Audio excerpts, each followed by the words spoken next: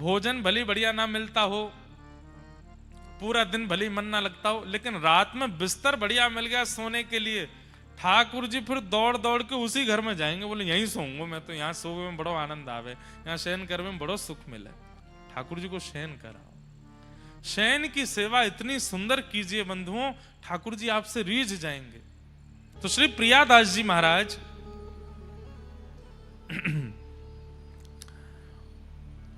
उनके मन में आई कि मैं 84 कोस यात्रा करूं। कथा करते थे, भक्तमाल की बड़ी मधुर मीठी कथा करते थे। यात्रा करते करते आप पहुंचे हमारे ब्रजमंडल में, हरियाणा की सीमा से। जब आप दिल्ली से वृंदावन जाते हैं तो हरियाणा की सीमा पर व्रज का क्षेत्र जो पहला आता है उसका नाम है होडल। होडल, वहां पर शेख शाही भगवान है। उसके बाद आता कोसी कला, ठाकुर जी के नंद बाबा का खजाना कोस वहां विराजमान था, इसलिए उसको कोसी कला कहते हैं। तो जैसे ही श्री प्रियादास जी महाराज 84 कोस यात्रा करते हुए होडल पहुंचे, तो होडल में एक लाल जी महाराज विराजते थे, श्री लाल बाबा। उनके यहां जैसे ही प्रियादास जी ने प्रणाम किया तो लाल बाबा महाराज बोले, बड़ी कृपा, आप श्री प्रियादास जी हैं ना? बोले हाँ। आपने भक्तमाल का विस्तार किया है ना? बोले जी, भगवत कृपा से किया है। बोले प्रभु कहा कर रहे हो? बोले मैं तो 84 कोस यात्रा कर रहा हूं। बोले कृपा कर दो। बोले कहा, मेरे ठाकुर जी बहुत दिना है गए कथा सुनवे को बड़े तरस रहे हैं, आप कछु दिना यहीं विराज करके भक्तमाल की कथा सुनाओ। प्रियादास जी महाराज बड़े प्रसन्न हो गए। बड़े सुंदर ठाकुर जी, ठाकुर जी के सन्मुख प्रियादास जी ने अपनो आसन लगायो, कथा सुनानी प्रारंभ करी भक्तमाल की। 1 दिन 2 दिन 3, भक्तमाल जी का नियम नहीं है 7 दिन की 10 दिन की, जितनी साल भर भी करते रहोगे तो भी पूरी नहीं होंगी, इतने भक्तों के चरित्र हैं। 7 दिन हो गए कथा को। धीरे धीरे इतनी भीड़ होने लगी, अब तो गांव के लोग, बाहर के लोग, यात्रा करने वाले लोग सब इकट्ठे हो गए लाल बाबा महाराज के स्थान पर। उनके ठाकुर जी को कथा सुनाते थे प्रियादास जी महाराज। अब श्रोता तो आते, श्रोताओं में भांति भांति के लोग आते हैं, गांव के लोग आते हैं, कुछ भोजन करने वाले लोग आते हैं। कई जगह कथा में प्रसाद की व्यवस्था होती है तो कई लोग केवल प्रसाद पाने ही आते हैं। कथाओं में लिखवा दिया जाता है कि कथा के बाद भोजन प्रसाद की व्यवस्था, तो भीड़ दुगुनी आती है। और वो भीड़ भी कब आती है? जब कथा विश्राम होने वाली होती है। जैसे अमूमन कथाओं का समय 3 से 7 होता है, 6 बजे भीड़ आती है, 7 बजे तक कथा सुनेंगे, फिर बढ़िया प्रसाद पाएंगे। हर तरीके के लोग आते हैं कथा में। कई जगह चोर भी आते हैं। अब यहां प्रियादास जी कथा सुना रहे थे, उनमें ही सुई चोर आ गए। 4-5 चोर आकर के बैठ गए, प्रेम से कथा सुनने लगे। कथा सुनते सुनते एक दूसरे को कोहनी मारी, कथा में ज्यादा मन मत लगाओ, पेट पूजा करनी है, ढूंढो कोई सामग्री दिख रही है दूर दूर तक। अब बाबा जी का आश्रम, वहां कौन सी कोई सामग्री होती है? कुछ ऐसा विशेष था नहीं। सब जगह ढूंढ धाड़ करके इधर उधर देख करके देखा, कुछ मिला नहीं। एक चोर ने कही, भाई देखो और तो कुछ दिख नहीं रहा। वे पीले पीले वस्त्रों में भगवान बड़े चमक रहे हैं और इनके पीछे चांदी का सिंहासन लग रहा है, नीचे चांदी की आरती, चांदी की थाली, चांदी की कटोरी, चांदी के बर्तन सब दिख रहे हैं। अभी ये तो हमको दिख रहे हैं, अंदर गर्भगृह में ना जाने कितनी सारी वस्तु होंगी। अगर इन ठाकुर जी की चोरी कर ली जाए तो आनंद आ जाएगा। सब ने मंत्रणा करी, कैसे करें? बोले उसके लिए तो एक काम करो, कथा के बाद प्रसाद पाके यहीं आश्रम में पोंछा बर्तन करो, ऐसा दिखाओ कि हम सेवक हैं, कथा सुन के सेवा भी कर रहे हैं, तो महाराज जी रुकने की अनुमति दे देंगे। कथा सुनने के बाद प्रसाद पाकर के सब भक्तों को प्रसाद परोसा चोरों ने। बाबा जी देख रहे हैं, बोले वाह बढ़िया भक्त आए आज, परोसवाई करवा रहे हैं। और जाके महाराज जी से, महाराज जी और सेवा बताओ। बोले वहां गौशाला में गोबर उठवा दो। चारों दौड़ करके गए, गोबर उठवाया है और सेवा बताओ। बोले बर्तन सब झूठे हो गए, बड़ी बड़ी कढ़ाई सामग्री बनी, हम धो देते हैं, तुरंत धो धा दे। महाराज जी बड़े प्रसन्न, अरे भैया तुम कहां जाओगे, आश्रम में ही तुमको गद्दा दे देते हैं, यहीं सो जाओ। अरे महाराज जी बड़ी कृपा आपकी। चारों चोर वहीं सो गए। रात में जैसे ही सब गहरी निद्रा में सोए, चारों चोर उठे। अब वो तो चोर हैं, ताला वाला खोलना सब उनको आता है। गर्भगृह में प्रवेश कर गए। गर्भगृह में प्रवेश करके सबसे पहले तो बोरी में सारे बर्तन रखे, आरती रखी, आचमनी रखी, लोटा रखे, सारे सामान रखते जा रहे हैं। फिर कोई नई वस्तु दिख जाए उसको धर लें। ठाकुर जी उठा के नीचे धर दिए, सिंहासन भी धर लिया बोरी में। जाते जाते मन में सोचे सब चीज ले लिए, ठाकुर जी को काय को छोड़ रहे, उनको भी ले चलो। जैसे ही ठाकुर जी बोरी में धरे, बांध करके ले जाने लगे। सुबह होने से पहले सब सामग्री बांट बटोर करके और मंदिर में यथावत ताला पर्दा लगा के सब चले गए चोर। सुबह मंगला आरती के लिए महाराज जी उठे, स्नान ध्यान करके जैसे ही मंदिर में गए, ताला खोल के पर्दा खोला, सब साफ, कुछ भी नहीं वहां तो। अब यहां तो हल्ला मचा, महाराज चिल्लाने लगे, बाबा अरे मेरे भगवान चोरी हो गए, अरे मेरे ठाकुर जी चोरी हो गए, अरे मेरे ठाकुर जी को कोई लेके चला गया। प्रियादास जी महाराज उठ करके संध्या आदि कर रहे थे, उनके कान में आवाज गई, उठ करके कहावे हो कहावे हो। बोले अरे ठाकुर जी को चोरी कर ले गए कोई। मंदिर में जाके देखा, पूरे सब वैष्णवों में हल्ला मच गया, ठाकुर जी चोरी हो गए।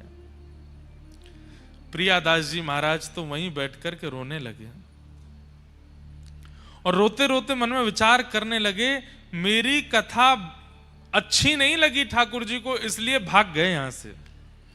अगर कथा भाई होती, भैया हल्ला मत करो, चोर नहीं लेके गए हैं। चोर की क्या सामर्थ्य जो ठाकुर जी को लेकर चला जाए। ठाकुर जी को कथा इतनी चुभ रही थी कि अपने आप चोरों को बुला के उनके संग बैठ के चले गए ठाकुर जी। मेरी कथा के कारण हुआ। यदि मैं 84 कोस यात्रा करता रहता, कथा करने यहां नहीं रुकता, और मुझे भी थोड़ा सा मन में आ गया था कि मैं भी कथा वक्ता हूं, ठाकुर जी मेरी कथा सुनते हैं, इसीलिए ठाकुर जी चले गए। प्रियादास जी रोने लगे। और वहां स्थिति क्या चोरों की, चोर गए किलोमीटरों दूर दौड़ते हुए कि कहीं पीछे से कोई आ नहीं जाए, और एकांत में कहीं जाकर के अपना जो उनका ठिकाना था वहां पहुंच गए। पहुंच करके बोरी वगैरह नीचे धरी, नीचे धर के सब सामान वामान सब बाहर निकाल दिया। थक गए थे, कुछ भोजन प्रसाद पाया, बोले भैया सो जाओ, अब तो रात भर हम सोए नहीं है, थोड़ी देर 1 आध घंटा सो लें, उसके बाद चोरी का जितना सामान है सब आपस में बांट लेंगे। चारों चोर जैसे ही सोए, नींद आते ही जिन ठाकुर जी को चोरी करके ले गए वो तुरंत इनके स्वप्न में, चारों के स्वप्न में एक साथ प्रकट हुए, और प्रकट होकर के बिल्कुल क्रोध में भर के देखने लगे। ये चारों अपने ही स्वप्न में थर थर कांपे। बोले आप कौन? बोले मैं वही हूं जाको तुम बोरी में बांध के लाए हो, बोरी में धर के लाए हो, मैं वही हूं। अरे आप इतने क्रोधी क्यों हो रहे हैं? बोले अरे 1 दुख 2 दुख 3 दुख 4 दुख 5 दुख देता होगा व्यक्ति, तुमने तो मुझे असंख्य दुख दिया है, इतना दुख दिया है, इतना कष्ट दिया है, अभी जहां तुम सो रहे हो वहीं पृथ्वी फटेगी और तुम तीनों रसातल में जाके गिरोगे। हमने क्या किया ठाकुर जी? अरे रात्रि से चोरी किए हो, कुछ खिलाया नहीं पिलाया नहीं, सुबह से भूखो प्यासो बैठो हूं मैं, बोरी में बांध के ले आए हो, स्वयं ने भोजन प्रसाद पाके सो गए हो। और भोजन प्रसाद तो बहुत दूर की बात रही, वहां में प्रेम से कथा सुनना था। 7 दिन से इतनी बढ़िया लीला चरित्र भक्तों की सुना रहे थे श्री प्रियादास जी महाराज, और तुम लोग वहां से मुझे ले आए। अभी मध्याह्न का समय हुआ है, कथा प्रारंभ होने में 2 घंटे बचे हैं, जो समय से कथा शुरू होती है। मैं तुम्हें कह रहा हूं कि तुम सोच नहीं पाओगे इतना बुरा करूंगा तुम चारों के साथ में। अभी इसी वक्त मुझे लेकर के वहां जाओ। हाँ ठाकुर जी हम अभी उठ करके लेके, और सुनो सुनो सुनो, जितना सामान लेके आए हो मंदिर का वो सब भी लेकर के जाना, और अपराध किया है, कथा छुड़वाई है मेरी, तो दंड तो देना पड़ेगा। बोले तो क्या दंड है? बोले जब से तुमने चोरी करी है तब से आज तक जितना सामान तुम्हारे पास है वो सब भी बाबा को भेंट करके आओ वहां जाके, जहां से मुझे उठा के लाए हो। चोर तो तुरंत उठ गए, बोले जान प्यारी है, प्राण निकल जाएंगे। ठाकुर जी तुरंत चरणों में प्रणाम किया, सुंदर पालकी बनाई, पालकी में ठाकुर जी बैठाए। जितना सामान चोरी करके लाए थे वो एक रात में तो 1 बोरी भर के लाए, अब तो 15-20 बोरियां भर ली। क्यों? जितना सामान चोरी किया सब धर लिया। ले करके नाचते गाते हरे कृष्ण हरे राम कीर्तन करते हुए जा रहे हैं। वहां पे सब रो रहे थे। इतने में किसी ने अल्लाह के बाबा देखो ठाकुर जी आ गए, ठाकुर जी आ गए। तो देखे, आहा, पालकी में विराजमान होकर के ठाकुर जी बढ़िया उछल उछल करके आनंद करते हुए आ रहे हैं। बाबा ने तो उन चोरों के पांव छुए, जय हो भैया, पता नहीं कहां के मनुष्य चोर चोरी करके ले गए थे, तुम बढ़िया हमारे ठाकुर जी को बचा लाए उनसे। चोरों ने उल्टे चरण पकड़े, हम कोई अच्छे आदमी नहीं है बाबा, तो हम ही तो चोरी करके ले गए थे। तुम चोरी करके ले गए थे तो फिर वापस क्यों लिया है? पूरी कथा बताई। बोले ठाकुर जी स्वप्न में आए और स्वप्न में आकर के बोले मुझे वहीं लेकर के जाओ, सारी सामग्री लेके जाओ और पूर्व में जितनी चोरी करी है वो सामान भी मंदिर में चढ़ा करके आओ। बोले ठाकुर जी ने आज्ञा की थी कथा शुरू हो उससे पहले पहले हमें पहुंचा देना, नहीं तो पृथ्वी फट जाएगी। प्रियादास जी ने जैसे ही सुना कि ठाकुर जी कथा सुनने के लिए वापस आए हैं, तुरंत ठाकुर जी को हृदय से लगा लिया और ठाकुर जी को वचन दे दिया, नाथ अब ये चोर तो यहीं रहेंगे, इनको भी भगत बना देंगे, सब सामान जो है ठीक है। अब जब तक संपूर्ण भक्तमाल पूरी नहीं हो जाएंगी, पहले तो ऐसा मन था कि 10-12 दिन में कथा करके चले जाएंगे, लेकिन अब जब तक पूरी कथा नहीं हो जाएंगी तब तक हम कथा आपको सुनाते रहेंगे, पूरी भक्तमाल आपको सुना करके तब यहां से आगे जाएंगे। आज भी 84 कोस की यात्रा में उन ठाकुर जी के दर्शन होते हैं जिन्होंने पूरी भक्तमाल स्वयं बैठ करके सुनी और चोरंते लड़ झगड़ के वापस आए गए। मुंह वापस छोड़ के आओ, मुंह कथा सुननी है पूरी।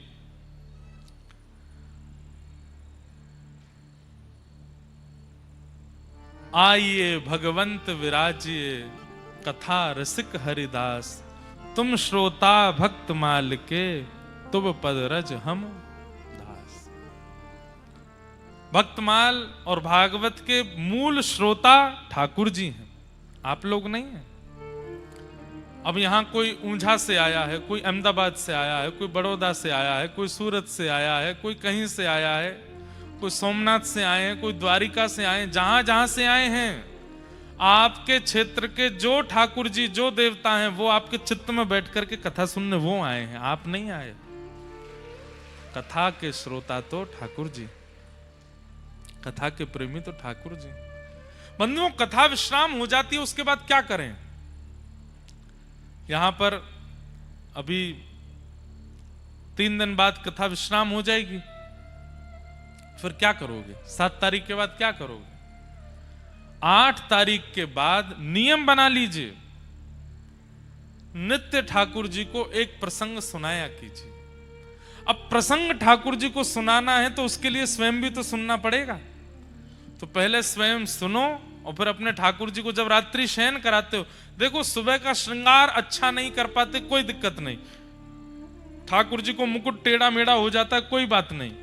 ठाकुर जी की प्रसादी इतनी बढ़िया नहीं बना पाते, कोई बात नहीं। अंत भला तो सब भला। अपनी शयन की सेवा बहुत सुंदर कर लीजिए और हम बता रहे हैं रचना कैसी करो।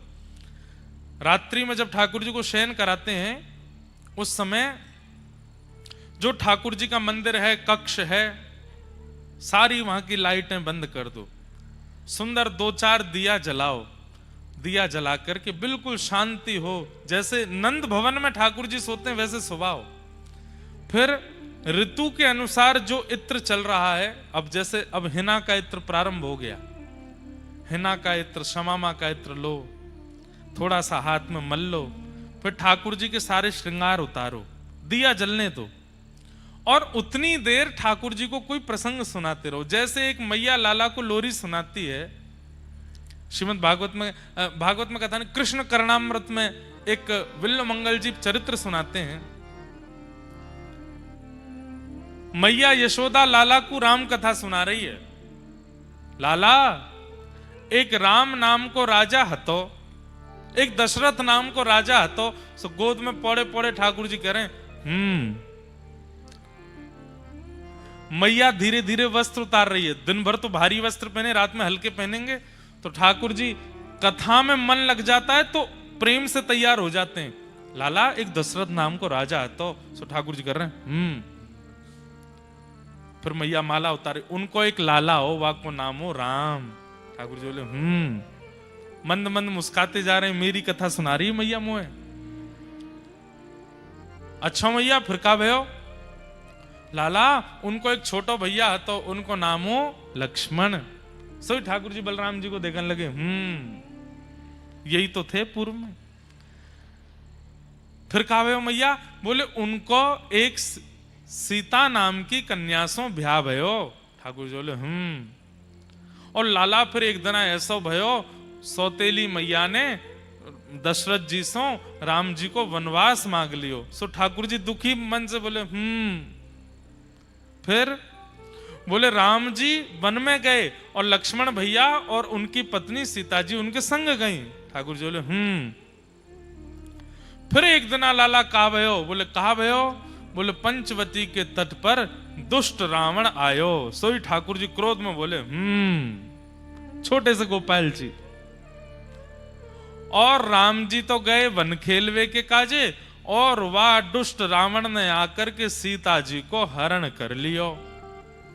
जैसे ही ठाकुर जी ने सुनी रावण ने सीता जी को हरण कर लियो, तुरंत ठाकुर जी उठ के खड़े हो गए। लक्ष्मण, मेरा बाण लेकर के आओ, मेरा धनुष कहां है? इस रावण को मैं आज देख लूंगा। उस दिन तो मैं कहीं और चला गया था, सीता जी का हरण करके ले गया था। आज इसको मैं जीवित नहीं छोड़ूंगा, यहीं इसमें बाण मार दूंगा, यहीं इसका वध कर दूंगा। और मुझे पता है इसकी नाभि में बाण मारना है। मेरा धनुष बाण कहां है? यशोदा मैया, लाला लाला, अरे मेरे लाला, तू कन्हैया है, तू राम ना है।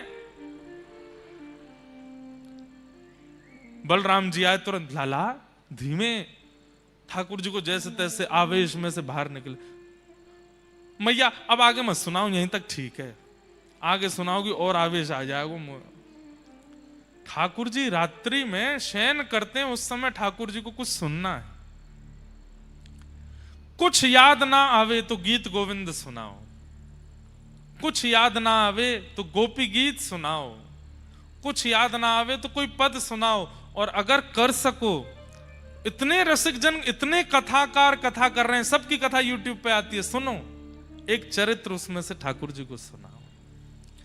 और धीमे धीमे इत्र की मालिश करते रहो, घी लगाओ, दिए की लौ में थोड़े थोड़े ठाकुर जी दिख रहे हैं, श्रृंगार हल्का कर दो, हल्की हल्की सी माला ठाकुर जी के सेज पर भी इत्र बिछाते जाओ, कथा सुनाते जाओ, और बढ़िया प्रेम से ठाकुर जी को फिर वहां पे पढ़ा दो। धीमे धीमे चरण दबाते रहो जब तक चरित्र पूरा ना हो जाए। और जैसे ही चरित्र विश्राम हो, धीमे से बोलो भक्तवत्सल भगवान की। ठाकुर जी को पूरी चदरिया उड़ाए करके दिए बाहर पधरा दो, एक जलझारी रख दो, ठाकुर जी सो गए। जिस घर में, एक बात बोले आपको, भोजन भली बढ़िया ना मिलता हो, पूरा दिन भली मन ना लगता हो, लेकिन रात में बिस्तर बढ़िया मिल गया सोने के लिए, ठाकुर जी फिर दौड़ दौड़ के उसी घर में जाएंगे। बोले यहीं सोऊंगा मैं तो, यहाँ सोने में बड़ो आनंद आवे, यहाँ शयन करने में बड़ो सुख मिले। ठाकुर जी को शयन कराओ, शयन की सेवा इतनी सुंदर कीजिए बंधुओं, ठाकुर जी आपसे रीझ जाएंगे। और आप अनुभव करेंगे, जब आप शयन करने के लिए जाएंगे तो ठाकुर जी आपके शयन में आके अपने शयन के दर्शन करा देंगे कि मैं कैसे सो रहा हूं। ऐसे अनुभव होने लगेंगे। हमारे गिरधर लाल जी कई बार हमसे दूर होते हैं, तो रात्रि में सेवा में कोई अगर त्रुटि हो जाती है शयन में, तो जहां मैं सो रहा होता हूं वहां अनुभव करा देते हैं ठाकुर जी। रात भर बेचैनी होने लगेगी, रात भर प्यास लगने लगेगी, रात भर श्वास रुकने लगेगी, घबराहट सी होने लगेगी, मन नहीं लगेगा, नींद नहीं आवेगी, तो समझ जाते हैं कि ठाकुर जी को आज नींद नहीं आ रही है, निश्चित ठाकुर जी के शयन में कोई दिक्कत हुई है। शयन अच्छा करो ठाकुर जी का, शयन की सेवा सवारो। तो नित्य ठाकुर जी को कथा सुनाओ। ठाकुर जी कथा के रसिया हैं, ठाकुर जी कथा के श्रोता हैं। यशोदा मैया एक लोरी गाती हैं, छगन मगन मेरे लाल को आजान दिया, छगन मगन मेरे लाल को आजान दिया, चंचल मोहन श्याम के नैनन बीच समा, चंचल मोहन श्याम के नैनन बीच समा। ये पद याद कर लीजिए, सुनाया कीजिए ठाकुर जी को। छगन मगन मेरे लाल को आजान दिया, छगन मगन मेरे लाल को आजान दिया। हाँ चंचल मोहन श्याम के नैनन बीच समा, चंचल मोहन श्याम के नैनन बीच समा। आजारी निदिया लाल को, आजारी निदिया लाल को, आजारी निदिया लाल को, आजारी निदिया लाल को, मैया रही तो को सुला, छगन मगन मेरे लाल को आजान दिया, छगन मगन मेरे लाल को आजान दिया। और एक सेवा और कीजिए, ठाकुर जी की शयन सेज अलग बनाइए, एक सुंदर छोटा सा पलंग बनवाइए, उस पर सुंदर सी एक गद्दी हो और खूब सारी छोटी छोटी तकियां हों। एक तकिया में नाए सो में ठाकुर जी। आप कहोगे ठाकुर जी इतने लाडले क्यों हैं, एक तकिया में क्यों नहीं सो रहे हैं? भैया हम दिन भर कभी बेड पे लेटते हैं, कभी सोफा पे बैठ जाते हैं, कभी कहीं पर, पूरे दिन ठाकुर जी ऐसे ही बैठे रहते हैं, एक ही मुद्रा में रहते हैं। थक गए होंगे, दुनिया को दर्शन देने के लिए हम पर कृपा करने एक ही मुद्रा में रहते हैं, बिल्कुल नहीं बदलते। कम से कम रात्रि में ठाकुर जी सहज हो जाएं। खूब सारी छोटी छोटी तकिया चारों तरफ रखो, आपके ठाकुर जी जितने बड़े उसके अनुकूलता से। अब पता चली ठाकुर जी इतने से तकिया धर दे, इतनी बड़ी। ठाकुर जी कह रहे तकिया नाम पहाड़ है, यहाँ पर जाके गैया चरायाऊंगा मैं। छोटे ठाकुर जी छोटी छोटी तकिया चारों तरफ, दो चरणों के पास, दो घुटनों के पास, दो कमर के पास, दो हाथों के पास, एक सर के नीचे, ऐसे चारों, और सब पे इत्र लगाओ। और ज्यादा कसैले वस्त्र नहीं होने चाहिए उनके ऊपर, जैसे अभी हमने पहना ये भी थोड़ा कसैला है, सूती होना चाहिए जिससे ठाकुर जी को स्पर्श में कष्ट ना हो। ठाकुर जी अगर चैन से शयन कर गए ना, सबरे संकट दूर रह जाएंगे, जीवन के जितने भी हैं सब ठाकुर जी मंगल कर देंगे। भैया ऐसी नींद सुहावे या कि जय हो, बलिहारी जाऊं, द्वारिका से भी ठाकुर जी आपके घर आ जाएंगे, जगन्नाथपुरी से भी आपके घर आवेंगे। ठाकुर जी रात्रि में मंदिर बंद होते ही ढूंढते हैं, मंदिर बंद होते ही ठाकुर जी ढूंढते हैं कौन के घर सबसे सुंदर सैया सजी है, वहीं सोवे जाएंगे। आज सैया बनाओ ठाकुर जी के। सोवे कन्हैया पालनो, बाकी है छवि अविलास, सोवे कन्हैया पालनो, बाकी छवि अविलास। हो आंगन की शोभा मेरो, मनमोहन घन श्याम। आंगन की शोभा मेरो, मनमोहन घन श्याम। हे आजारी निदिया लाल को, आजारी निदिया आजारी निदिया लाल को, आजारी निदिया लाल को। मैया रही तो कुसुला, छगन मगन मेरे लाल को, आजान दिया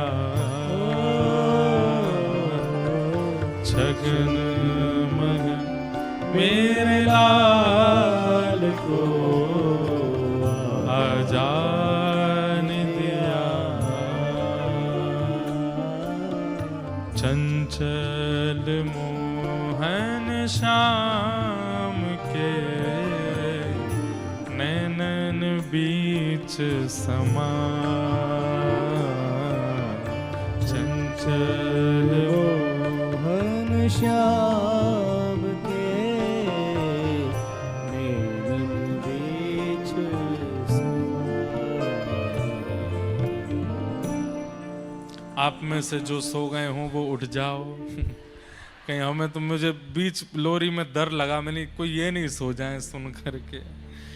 तो ठाकुर जी की शयन की सेवा खूब मधुर। हम तो देखो कुछ ना कुछ बताते ही रहेंगे। एक दिन हम कह रहे थे कि ठाकुर जी को माला की सेवा बहुत प्रिय है। अभी वहाँ कोटा की कथा में मैंने कहा था, अपने घर में अपने हाथ से तुलसी जी लगाओ, उनकी स्वयं सेवा करो। अपने घर में अपने हाथ से पुष्प की बगिया लगाओ, उसमें प्रकट होने वाले पुष्प स्वयं चयन करके उससे सुंदर माला बना के ठाकुर जी को पहनाओ।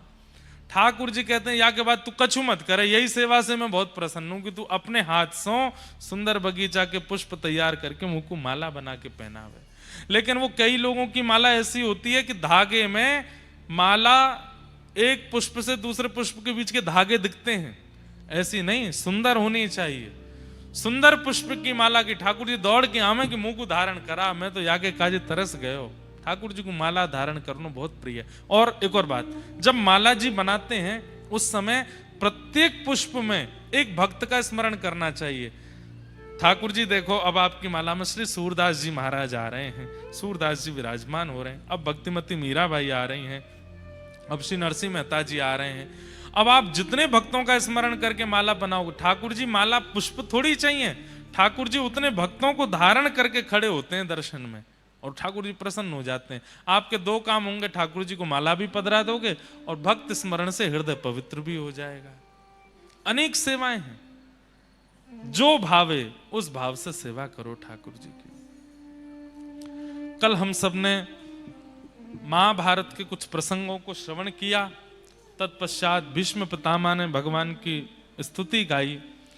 भगवान अब हस्तिनापुर के राज सिंहासन पर युधिष्ठिर जी को विराजमान करा करके द्वारिका को प्रस्थान कर गए। कुछ समय बाद उत्तरा के गर्भ के बालक ने जन्म लिया और वही बालक परीक्षित कहलाया। परीक्षित से मिलने के लिए भगवान भी पधारे। धीरे धीरे परीक्षित बड़े हुए। पांडव स्वर्गारोहण को प्रस्थान करके परीक्षित को राज्य गद्दी पर बिठा गए। परीक्षित से एक दिन एक अपराध बन गया। अपराध कैसे बना?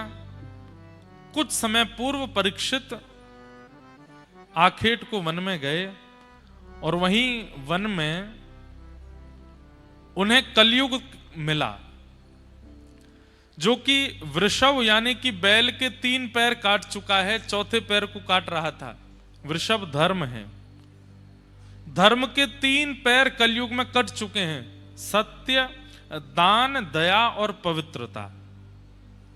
दान, दया और पवित्रता, ये 3 चरण कलयुग धर्म के कलयुग में नहीं है। कलयुग में केवल एक चरण पर धर्म खड़ा है, वो है सत्य, और धीरे धीरे वह चरण भी नष्ट होता जा रहा है। कलयुग को देख करके राजा परीक्षित ने अपनी तलवार निकाल करके जैसे ही मारना चाहा, कलयुग ने चरण पकड़ लिए, बोले महाराज मुझे मत मारिए, मैं कलयुग हूं, सतयुग त्रेता द्वापर के बाद अब मेरी बारी है। परीक्षित बोले अभी तो सतयुग द्वापर चल रहा था, तुम कब आए? बोले भगवान कृष्ण जिस दिन अपनी लीला पूरी करके गए उसी दिन मेरा आगमन हुआ। परीक्षित जी महाराज बोले अब तुम चले जाओ। कलयुग वाला मैं नहीं जा सकता, आप मुझे कुछ स्थान दे दीजिए, मैं वहीं रहूंगा। और 5 स्थान प्रदान किए कलयुग को, द्यूतम, सूना, द्यूतम, पानम, स्त्रियः, सूना, ये 4 स्थान पहले प्रदान किए, और 5वें स्थान के रूप में जात रूप मदात प्रभो। कौन कौन से 5 स्थान है कलयुग के? जुआ, धन को गलत स्थान पर गलत प्रकार से व्यय करने वाले लोग कलयुग को आमंत्रण दे रहे हैं, कलयुग का आमंत्रण कर रहे हैं।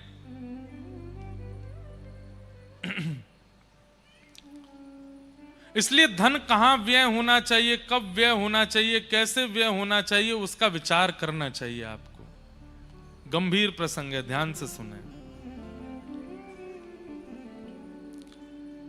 सत्संग करने वाले व्यक्ति को इतनी बुद्धि प्राप्त हो जाती है कि धन जो मेरे पास है उसका मैं व्यय कैसे करूं और कहां करूं, कितना करूं, क्यों करूं। जब व्यक्ति जबरदस्ती अपनी इच्छाओं की पूर्ति के लिए धन व्यय करने लगता है, वही व्यक्ति पापगामी होने लगता है। इतने में हमारी इच्छा पूरी हो रही है, इतने में सब कुछ बढ़िया चल रहा है, पर कई लोग एक्स्ट्रा में अपनी इच्छाओं को और प्रकट करके अपने धन का मद करके, अरे बहुत पैसा है, ये भी करो, ये भी करो, ऐसे लोग ही फिर पाप के मार्ग पर पापगामी हो जाते हैं। अब तुम तो बस इतना बताओ कितना लगेगा, पैसे की चिंता मत करो, हम करते हैं ना। अपनी इच्छाओं की पूर्ति के लिए, अपने शौक के लिए, अपने ऐश्वर्य के लिए, जो इस प्रकार धन को कभी कभी अपना दास मान लेते हैं कि अरे हम पे तो बहुत है, बताओ तो सही कहां लगाना है, ऐसे लोगों का धन ही उनकी बुद्धि विकृत करता है आगे चल के। इसलिए धन के प्रति कभी ऐसी भावना मत रखना, हम पे तो बहुत है, हम तो ये कर देंगे, वो कर देंगे, ऐसा कर देंगे। अपनी इच्छाओं के लिए, सुखों के लिए, व्यंजनों के लिए, ऐशो आराम के लिए कभी भी इस प्रकार धन का व्यय मत करना। हाँ, गौ सेवा की बात आवे, अनुष्ठान की बात आवे, भगवत सेवा की बात आवे, कुछ अनाथ बालकों की सेवा की भाव आवे, वृद्धाश्रम में सेवा की भाव आवे, कहीं भी सेवा के भाव में आवे, वहां बढ़ चढ़ के आना चाहिए। हम लोग उल्टे हैं, इच्छाओं की पूर्ति के लिए, ऐशो आराम के लिए हम ये कह देते हैं अरे तुम तो बस बताओ कितना चाहिए, हम देते हैं ना। और जब सेवा की बात आती है बोले इतना ही ले लीजिए, अब इतने थोड़ी लगते हैं सेवा में, इतने से ही हो जाता है सब कुछ।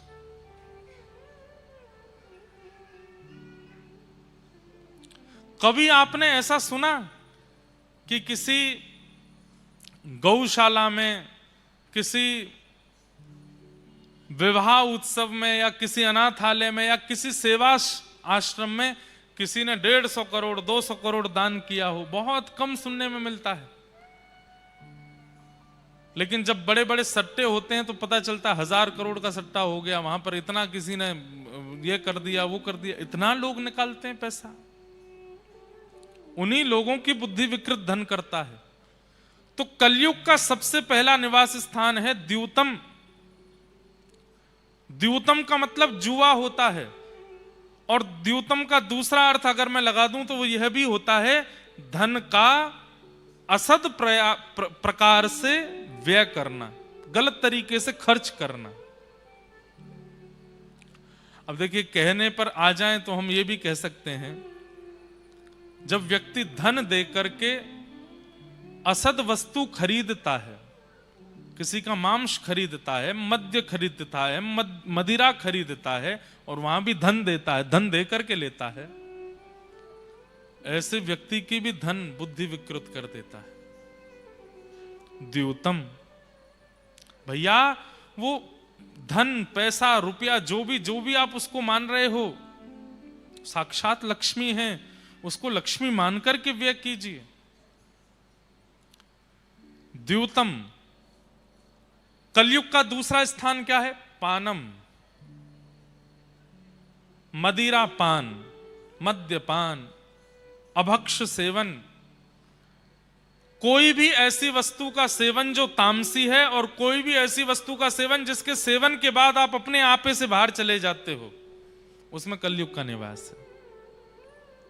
मदिरा पान, उसमें कलयुग रहता है। इसलिए वैष्णवों को भूल करके भी तामसी वस्तुओं से तो दूर रहना चाहिए। प्याज लहसुन बाद में छोड़िएगा, पहले ये सब छोड़ दीजिए, धीरे धीरे प्रयास कीजिए, इच्छा हो जाए तो उनको भी छोड़ने का प्रयास करने लगिए।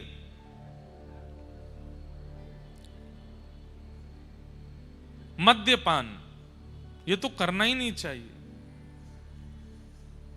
द्यूतम पानम, तीसरा आता है पर स्त्री पर पुरुष संग। पर स्त्री और पर पुरुष के प्रति दृष्टि नहीं रखनी चाहिए, यदि रखते हैं तो उससे भी कलयुग का प्रभाव पड़ेगा। और अंतिम स्थिति, चौथी स्थिति बताई, सूना, जबरदस्ती लड़ाई करना। किसी ने कुछ कह दिया आपके बारे में, आपके सामने नहीं कहा, किसी सभा में 4 लोगों के बीच में कुछ कहा, अब आप ढूंढ रहे हो मुझे मिले तो सही, बताता हूं मैं उसको।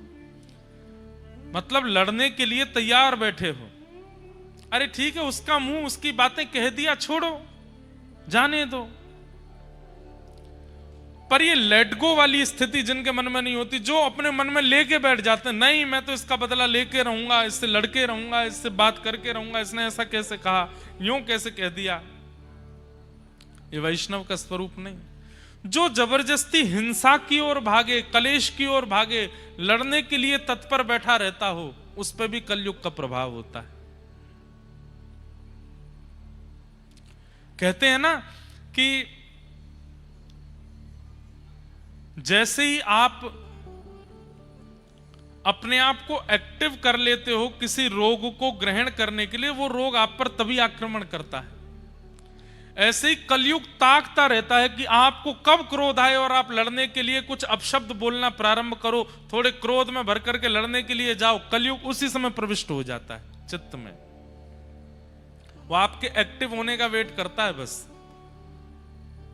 इसलिए चाहे जो हो जाए, शांत रहिए, अपनी स्थिति को, वैष्णव का स्वरूप है वो विवाद नहीं करता, वो संवाद करता है, विवाद में नहीं पड़ता। और कहीं विवाद प्रकट हो रहा हो, वैष्णव हाथ जोड़ करके, अपनी गलती नहीं होती फिर भी मान करके वहां से चला जाता है। ठीक है भैया, मेरा अपराध, मैं मानता हूं, जा रहा हूं। ये वैष्णव का स्वरूप है। वो लड़ता नहीं, झगड़ता नहीं। द्यूतम पानम स्त्रियः सूना। और अंतिम लक्षण क्या बताया? बिना मेहनत के कमाया गया धन, अनीति से कमाया गया धन। ये 5 स्थान हैं कलयुग के। जुए में, मद्यपान में, पर स्त्री पर पुरुष संग में, हिंसा में और बिना मेहनत के कमाए गए धन में। इन 5 स्थानों में कलयुग का निवास है। अगर आप अपने ऊपर विचार करेंगे तो इन 5 में से कहीं पर हमने एक बार तो प्रवेश किया है। इसीलिए आज कलयुग का प्रभाव हमारे ऊपर है।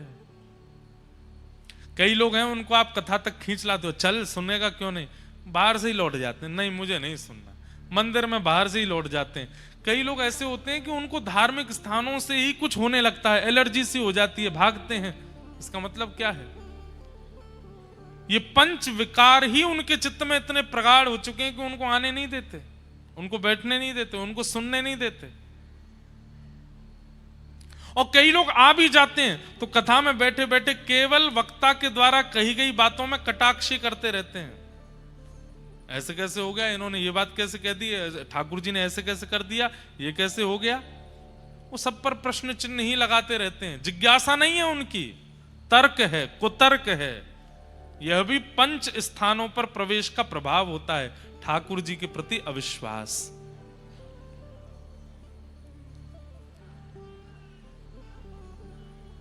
कोई बोल रहे हैं, उनको बोल दो धीरे बोलें।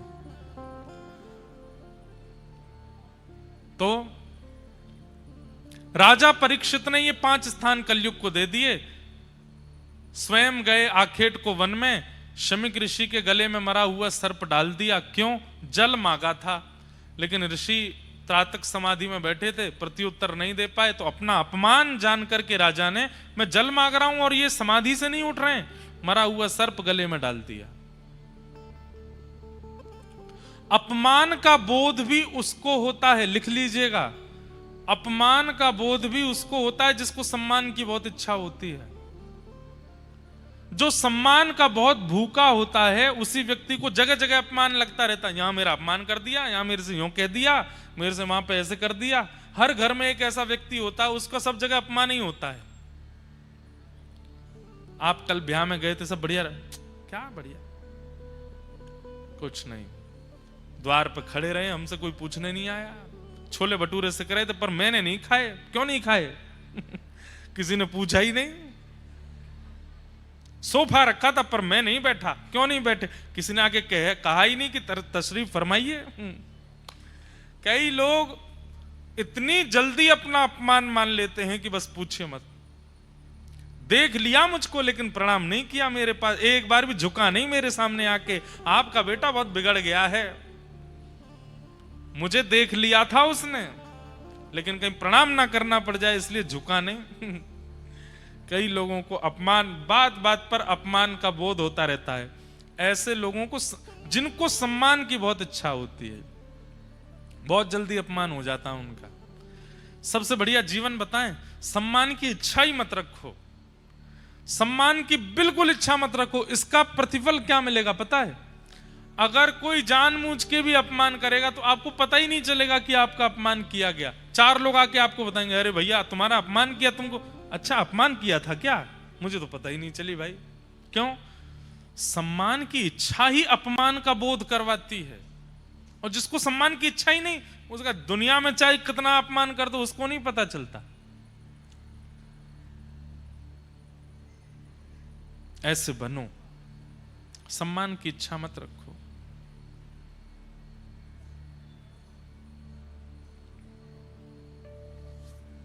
तो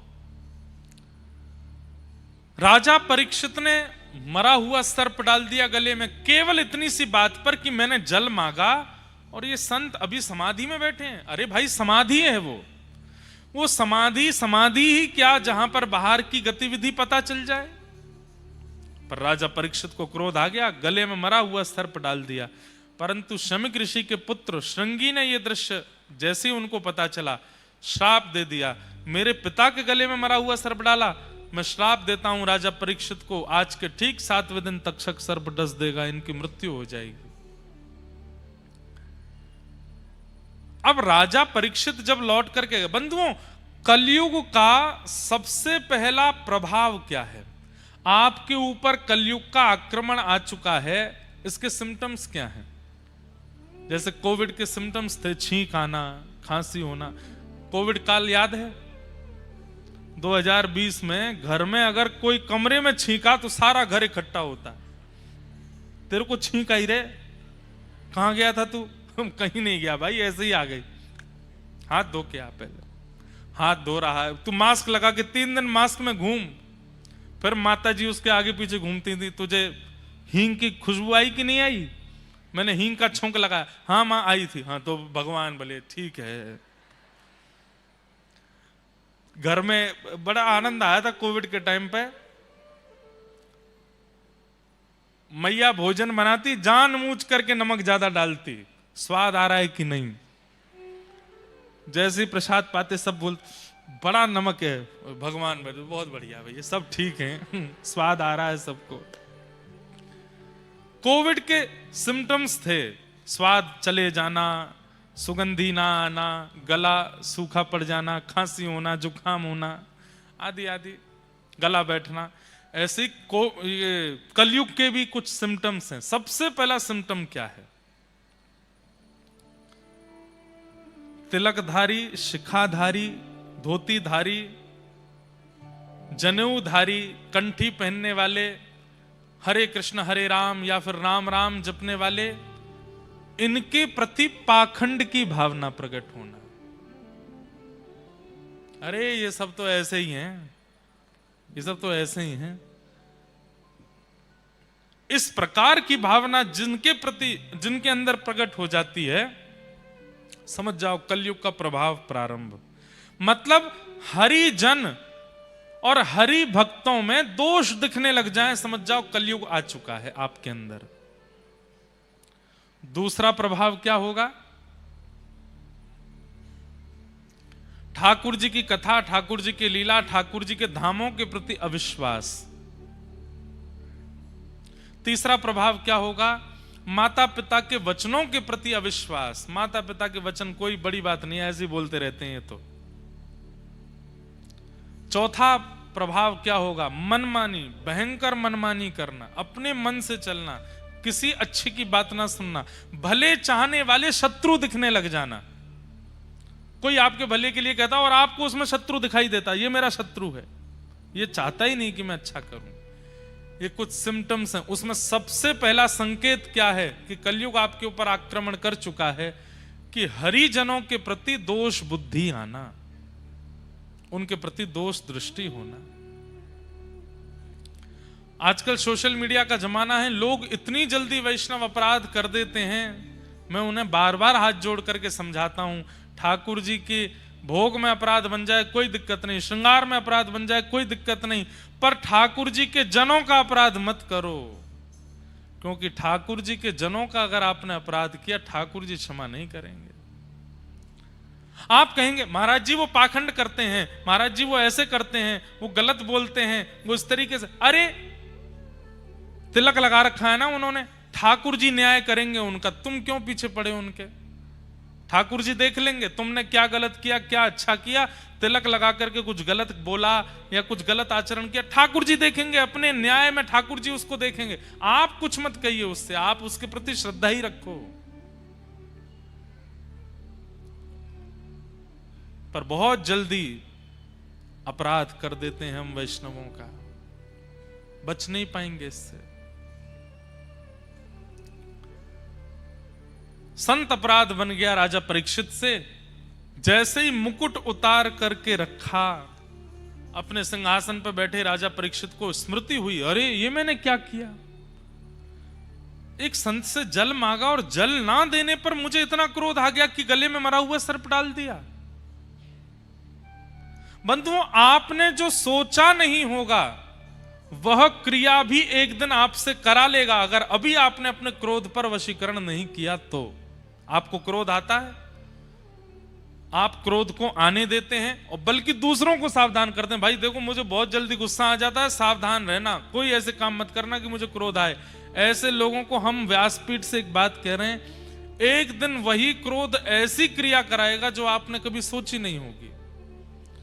आप करने के बाद स्वयं सोच में पड़ जाएंगे, ये मैंने कैसे कर दिया, ये तो मैं कर ही नहीं सकता था। क्रोध सबसे बड़ा शत्रु है हमारे जीवन का। कहीं कहीं अच्छा है क्रोध करना, पर क्रोध की भी एक लिमिट होती है, क्रोध का भी एक तरीका होता है, उससे अधिक नहीं। हमारा तरीका पता है क्या? क्रोध का अपना खुलासा कर रहे हैं, मौनमास्ता। क्रोध आता है तो मौन हो जाता हूं, नहीं बोलता, कोई प्रत्युत्तर नहीं, कोई उत्तर नहीं, कोई जवाब नहीं, कोई रिएक्शन नहीं, कुछ नहीं। और ये कितनी देर तक? घटिका द्वयम, 2 घड़ी, ज्यादा दिन तक क्रोध नहीं रहते। सुबह हुए तो शाम तक मान गए बस, शाम को हुए तो सुबह तक मान गए बस, इससे ज्यादा क्रोध नहीं करना चाहिए। क्षमा कर दो। क्रोध जितना आपके अंदर रहेगा उतने विकार उत्पन्न कराएगा, और एक दिन आप ऐसा कुछ कर बैठेंगे कि आप खुद पर विश्वास नहीं कर पाएंगे, ये मैंने कर दिया। इसलिए क्रोध को जितना जल्दी हो विदा कर दिया करो, अपने अंदर से रहने मत दिया करो। राजा परीक्षित ने जैसे ही मुकुट उतार के धरा, तुरंत उनको याद आया, ये मैंने क्या किया।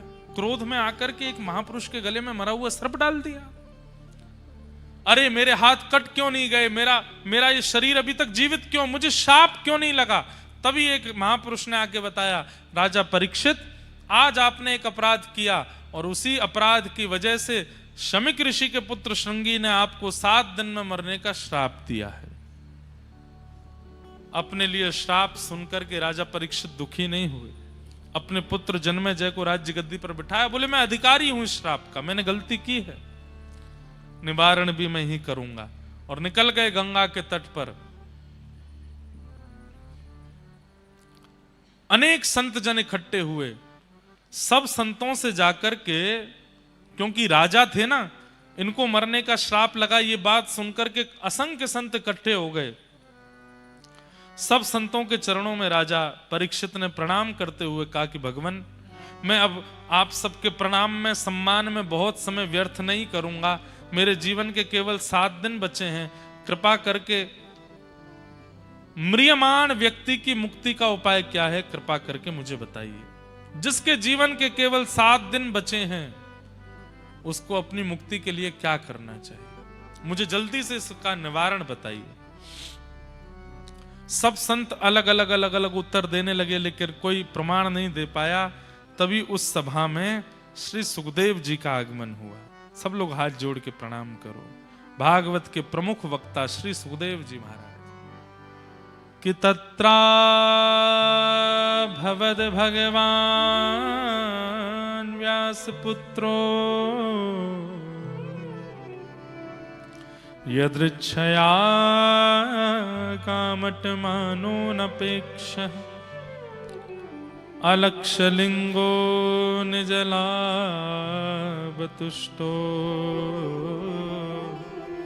व्रतस्य बालैरवधूतभेष।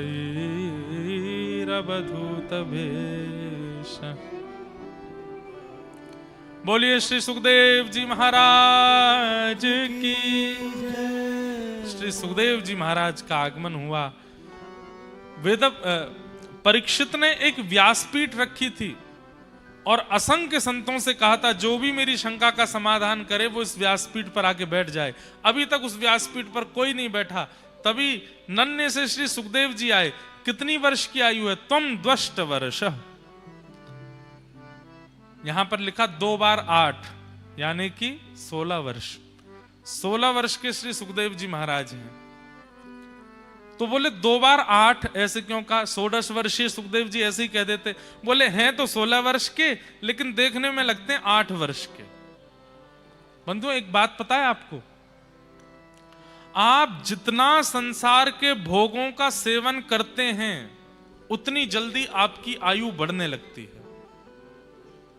आप बड़े बड़े दिखने लगते हो। आपको देख करके ऐसी अनुभूति होने लगती है, अरे इनकी आयु ना जाने कितनी होगी।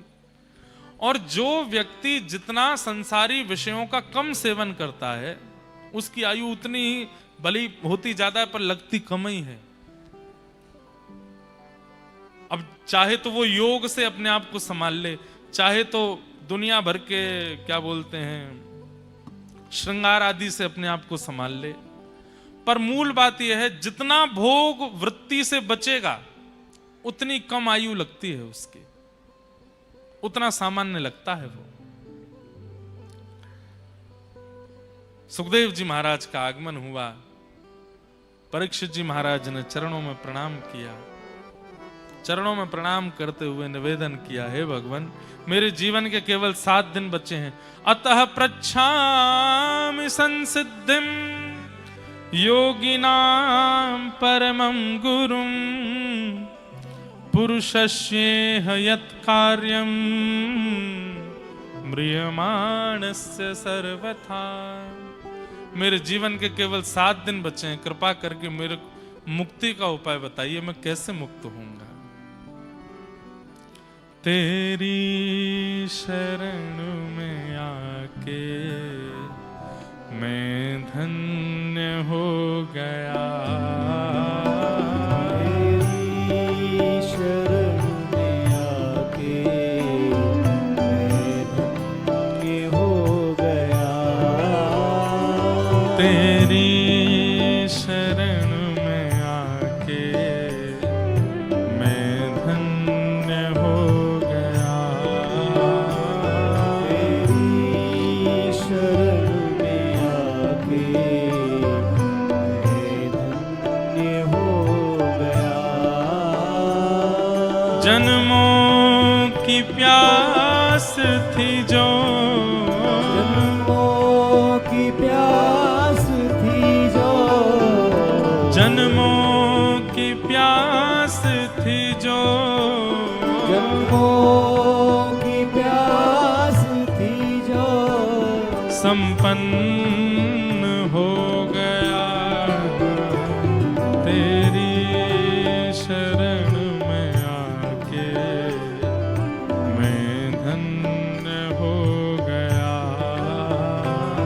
तेरी शरण में आके मैं धन्य हो गया। ओ कितने मिले अमीर यहाँ, कितने गरीब हो। कितने मिले अमीर यहाँ, कितने गरीब। हाँ, कितने मिले अमीर यहाँ, कितने गरीब हो। कितने मिले अमीर यहाँ, कितने गरीब। हाँ, कितने मिले अमीर यहाँ, कितने गरीब हो। कितने मिले अमीर यहाँ, कितने गरीब। पर आप मिल गए तो, पर आप मिल गए तो पर आप मिल गए तो, पर आप धनवान हो गया।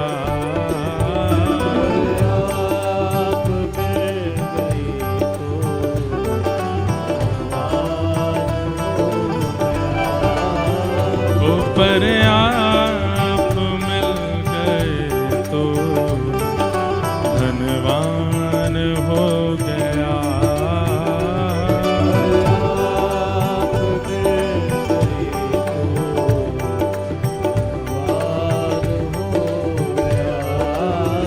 ओ जन्मों की प्यास थी जो जन्मों की प्यास थी जो जन्मों की प्यास थी जो जन्मों की प्यास थी जो संपन्न हो गया।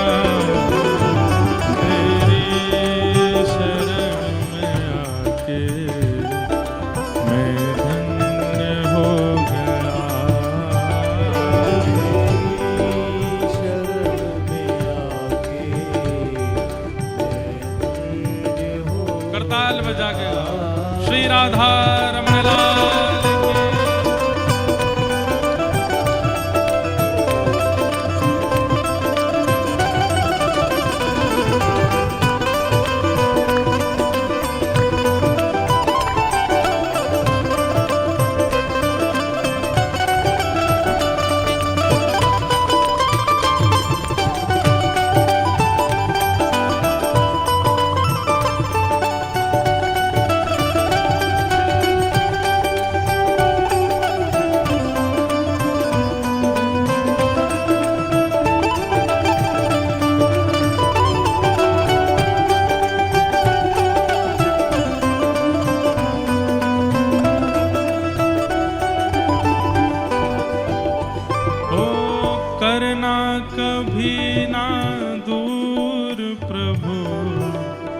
चरणों से आप हो, करना कभी ना दूर प्रभु, चरणों से हाँ, करना कभी ना दूर प्रभु, चरणों से आप हो, करना कभी ना दूर प्रभु, चरणों से ओ, करना कभी ना दूर प्रभु, चरणों से आप हो, करना कभी ना दूर प्रभु, चरणों से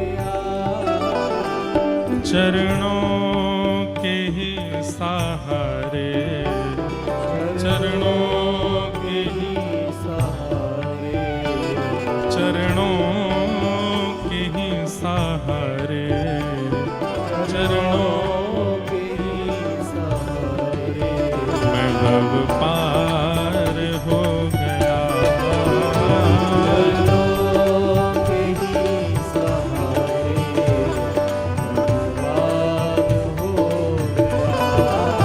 ओ जन्मों की प्यास थी जो,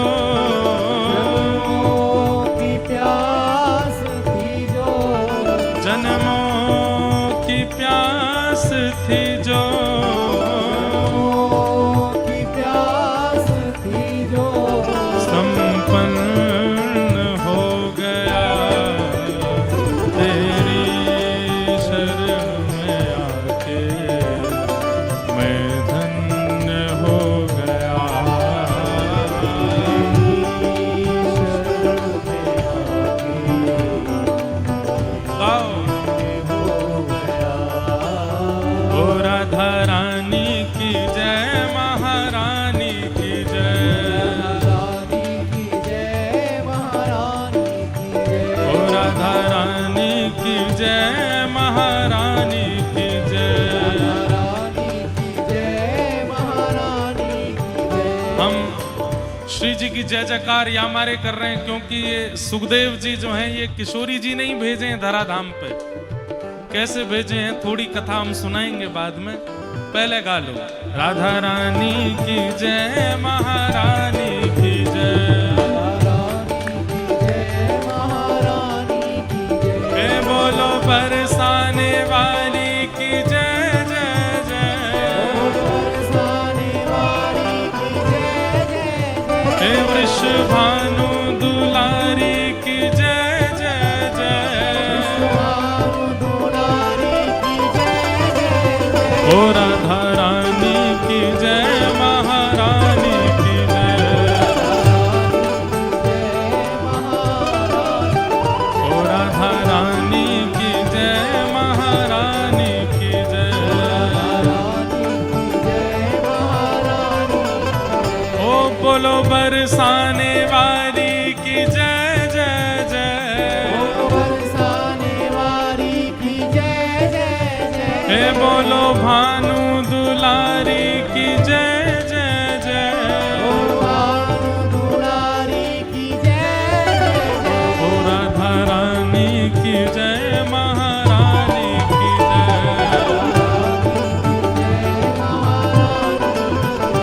राधा रानी की जय, महारानी की जय। हे वृषभानु की किशोरी सुन गैया होते भोरी, भानु की किशोरी सुन गैया होते भोरी। हाँ वृषभानु की किशोरी सुन गैया होते भोरी, वृषभानु की किशोरी सुन गैया होते भोरी। प्रीत जान के हूँ थोड़ी तो है राखेगी शरण, प्रीत जान के हूँ थोड़ी तो है राखेगी शरण। मन भूल मत जयो राधा रानी के चरण, भूल मत जइयो राधा रानी के चरण। ओ राधा रानी के चरण, महारानी के चरण, राधा रानी के चरण, महारानी के चरण। राधा रानी के चरण, महारानी